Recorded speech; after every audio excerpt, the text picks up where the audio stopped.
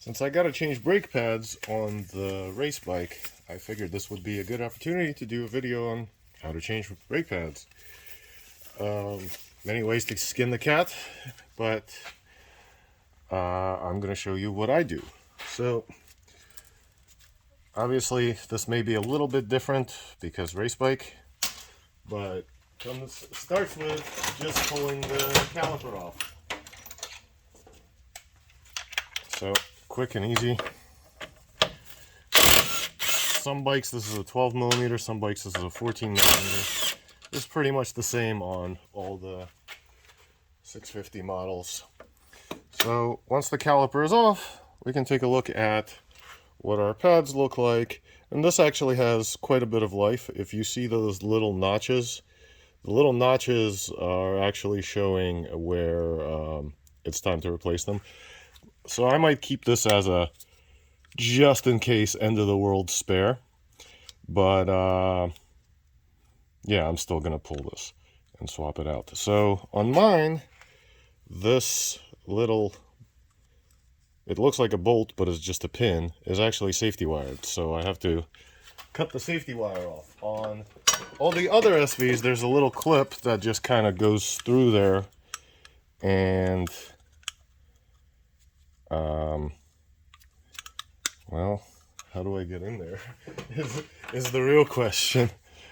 On all the other bikes, it's just going to be a little clip that sits in there. So I'm going to safety wire that back up later. But yeah, so once you pull the little clip, you can slide the pin out. You can see it's dry and grimy, so I'll be cleaning that. And then you can rotate and pull the pads out. So before I start compressing anything, see how I have some gunk on the piston?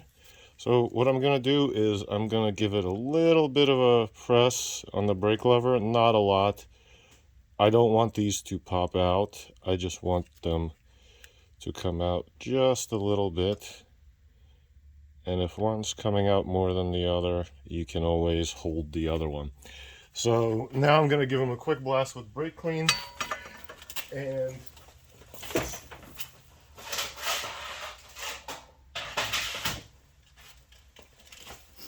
these are really not bad. Usually they're a lot grimier on street bikes or bikes with a lot of miles.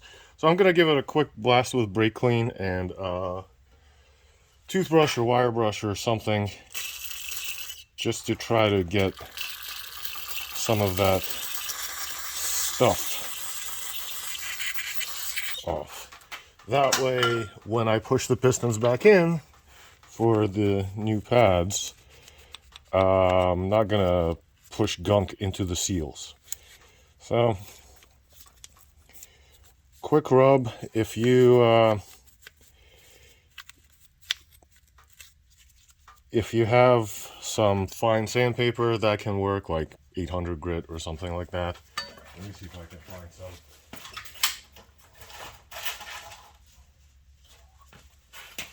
So here's some 800 grit.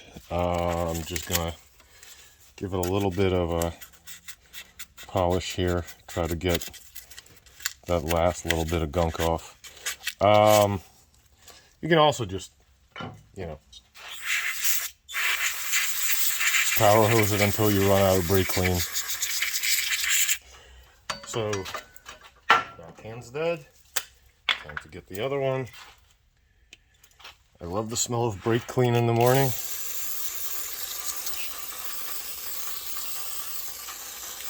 Anyway, so you might have to do this a lot more on a street bike just because you may have a lot worse shape. You may have a lot worse shape pistons. That looks like discoloration actually. It's not even coming off. It's not stuff. So if you have a brake piston removal tool, which I don't, you could actually rotate these around, but I'm just going to do what I can from what I've got available to me. So now I'm going to stick, there's a couple of different ways to compress the piston back. You can use the old pad and a brake compressor tool. You can also just use a pry bar or a screwdriver, really. So I'm going to use a pry bar or a screwdriver just because by the time I set up this brake compressor, I'll be done. I'll be long done. So just push the pistons back in. They're not super hard. They're not like car pistons where it takes a lot to get them in. Just kind of pry and push, and use the old brake pad for this. Don't use the new one because you're gonna kind of gouge it up. See, there's that scratch on it already. This one right here. So I might not be using those as the spare. So I'm gonna throw on Vesra RJL. They're like 352 and 435 left and right side. You need 2 cards to do this. So I'm throwing on race pads because race bike. However, if you have a street bike, you should not put race pads on because they only work once they're really heated up, sort of like race tires. They only work once they're really heated up, and you're just never going to get them up to temperature. This is the wrong side. Save that for the other side. So put the new pads in the way they were before. Same orientation, same everything. So there's this little hook here that kind of holds it in place. Hook here and hook here, and it kind of stays put. The other one gets hooked to the pin, slid over, and then you can slide the lower pin through. Now, one thing I forgot to mention as I was doing this, let's set that aside for now, is you want to watch your master reservoir as you're pushing the pistons in, because you don't want to overflow it. If you're reducing the volume that's in the system, or you're reducing the overall volume of the system, and what you don't want to do is you don't want to overflow it, have brake fluid dripping everywhere. That shit is nasty.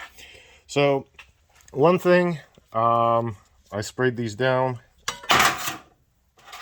I drowned my brake pad in a bucket. No big deal. Doesn't really matter. But one thing you do want to do is you want to lubricate the pins.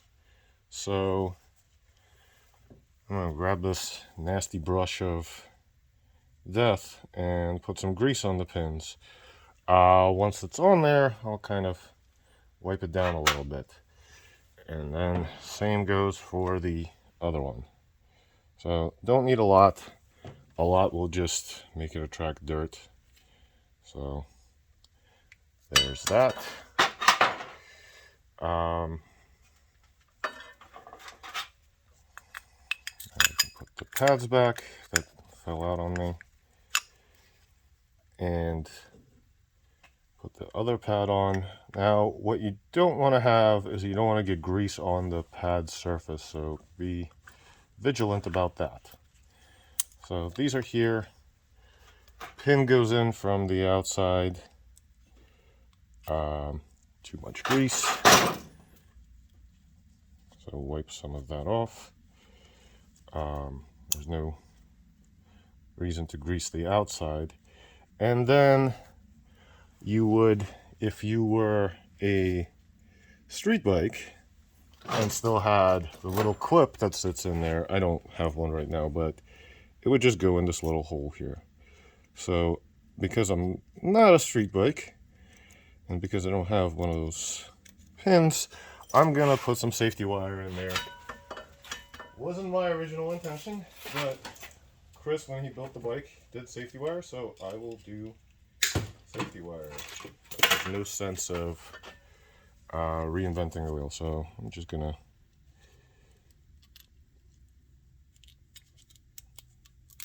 shoot it through there. Come on. Shoot it through there, pull it through.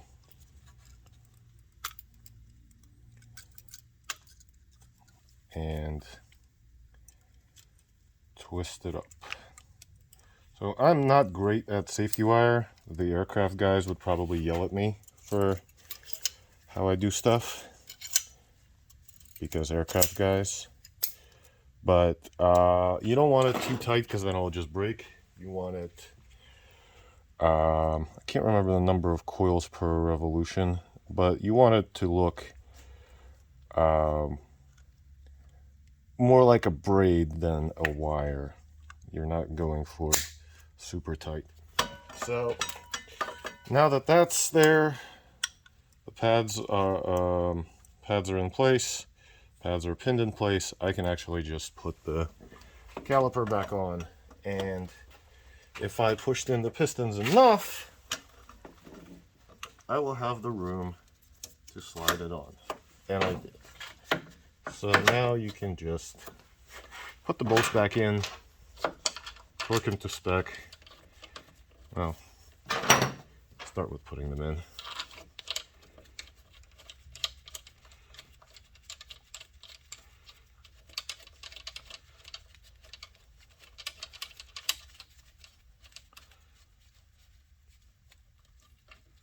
Okay, put the bolts back in, torque them to spec.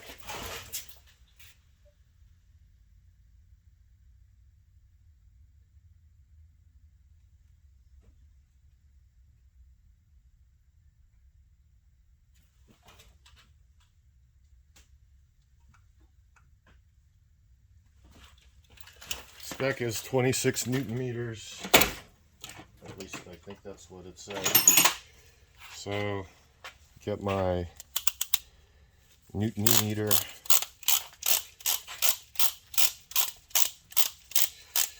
Torque wrench.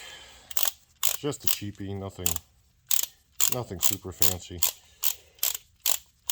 You do want something that's somewhat accurate, but like it's just a ballpark figure. You're not going for a little too tight, a little too loose isn't going to make or break anything in this situation.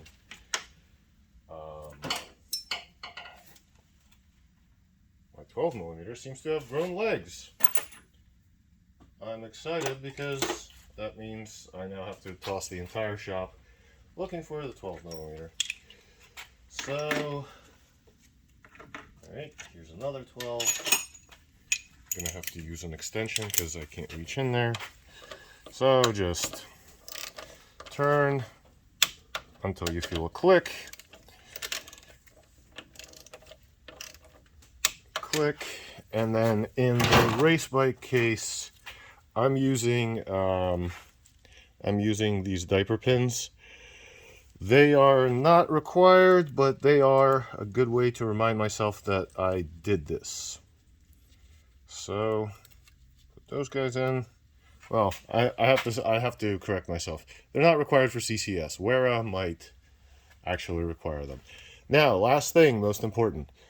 Before I go to the other side to do the same exact thing, and I'm not going to narrate that or even show it, I want to make sure I pump up the brake lever, because otherwise I might overflow the fluid reservoir, or I might need to pump that before I roll the bike, because I won't have brakes until it's pumped up.